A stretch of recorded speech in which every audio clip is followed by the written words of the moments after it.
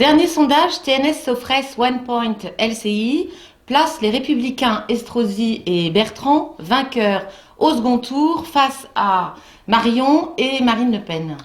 Alors ça fait partie des sondages d'intox qui sont courants entre les deux tours. C'est de l'intox. Oui, d'intox, oui. Ça vise à décourager les gens, mais ça peut avoir un effet bénéfique. C'est que des gens qui n'avaient pas l'intention d'aller voter se disent « Ah bah alors, à ce moment-là, moi je croyais que Marion Maréchal et Marine Le Pen allaient être élues, mais si elles sont menacées, alors j'irai voter. » Par conséquent, ça me donne les meilleures espérances pour dimanche prochain. Voilà, c'est... croisons les doigts. Jean-Pierre Masseret, président du Conseil régional de Lorraine sortant, refuse de se désister pour le second tour. Il risque l'exclusion du Parti socialiste. Que pensez-vous de son attitude ? Écoutez, je trouve qu'il est courageux et qu'il est logique. Il se réfère, d'abord, il est sortant, n'est-ce pas ? C'est un président de région, ce n'est pas un candidat ordinaire. Et il souligne le fait que ces assemblées démocratiques sont faites pour permettre la représentation des électeurs dans les exécutifs régionaux, en l'occurrence. Et par conséquent, il joue le jeu de la démocratie. Ceux qui ne le jouent pas et se conduisent de façon, on peut dire, abjecte, sur le plan des principes de la démocratie, ce sont les socialistes qui désertent le combat, qui se retirent, et qui non seulement ça, mais appellent à voter pour ceux qu'ils combattaient quelques jours auparavant. Alors là, je pense que les électeurs vont tout naturellement tirer logiquement les conséquences d'une telle attitude scandaleuse. L'imam de Montreuil est chargé, lui, d'encourager ses fidèles en boucle à voter dimanche prochain contre le Front National. Alors, est-ce là l'ultime réservoir de voix du Parti socialiste ?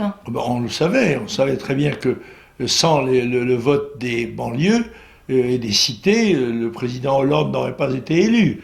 Par conséquent, il espère la même chose, et tous espèrent, y compris certains maires républicains, comptent sur les voix des immigrés ou des migrants ou des futurs Français. D'où la politique depuis 40 ans de laisser rentrer en France entre 400 et 500 000 étrangers, 200 000 réguliers, légaux et 200 à 300 000 illégaux dont on tolère la présence sur le territoire et qu'on finit, grâce au droit du sol, par intégrer à la communauté. Comment expulser un papa et une maman d'un petit garçon, un petit enfant, une petite fille, et qui est né en France et qui est donc français, c'est très compliqué. Tout ça est un véritable complot contre l'identité française et on peut même dire contre l'existence de nos pays. Et c'est la raison pour laquelle le candidat du Front National demande l'immigration zéro. Et je pense à un recensement de la population, de façon à ce qu'on sache où on en est véritablement, ce qui a été soigneusement caché aussi bien par la droite que par la gauche. Et alors les artistes bobos s'y mettent aussi, parmi lesquels notre ami Bruel. Est-ce une stratégie efficace selon vous ?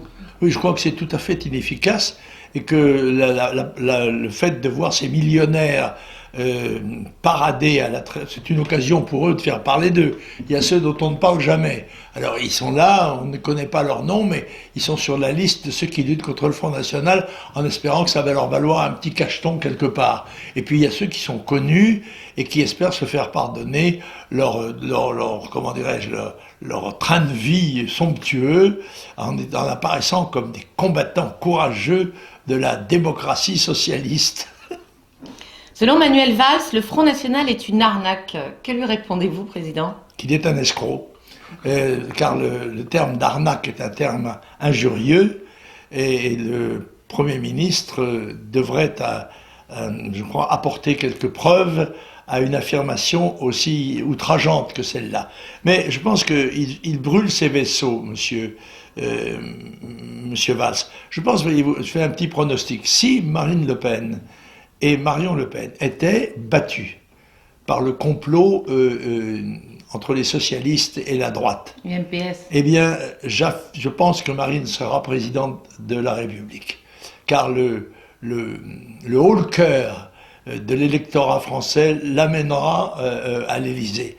D'un autre côté, je pense que si Marion, comme je le souhaite, et Marine sont élus, alors c'est Valls qui devra partir, car il s'est tellement engagé dans cette affaire qu'il ne c'est pas possible qu'il reste Premier ministre après avoir dit tout ce qu'il a dit sur le péril mortel, l'ennemi que représente le Front National, alors que l'extrémisme musulman n'a jamais été ouvertement condamné, un peu par lui, mais pas du tout par le président de la République. Alors, un médecin généraliste du Havre, le docteur Lecoquière, appelle quant à lui au viol des femmes votant Front National. Ce genre d'appel est-il légal?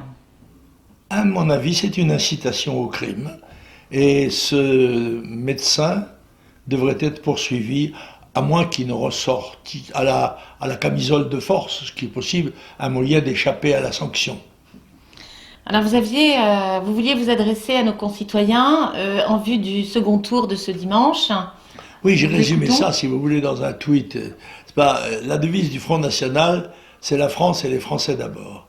C'est à cela que nous devons penser au-delà des divergences, des discussions, des griefs, des frustrations et autres. Donc c'est clair. Au deuxième tour, chacun doit voter pour le Front National. Voilà.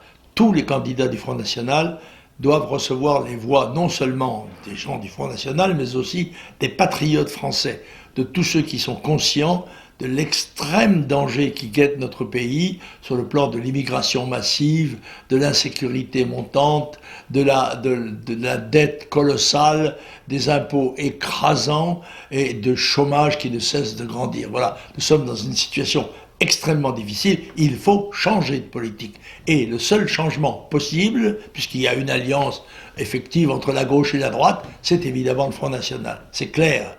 Mais, comme je l'ai dit, l'avenir sera demain bleu, blanc, rouge.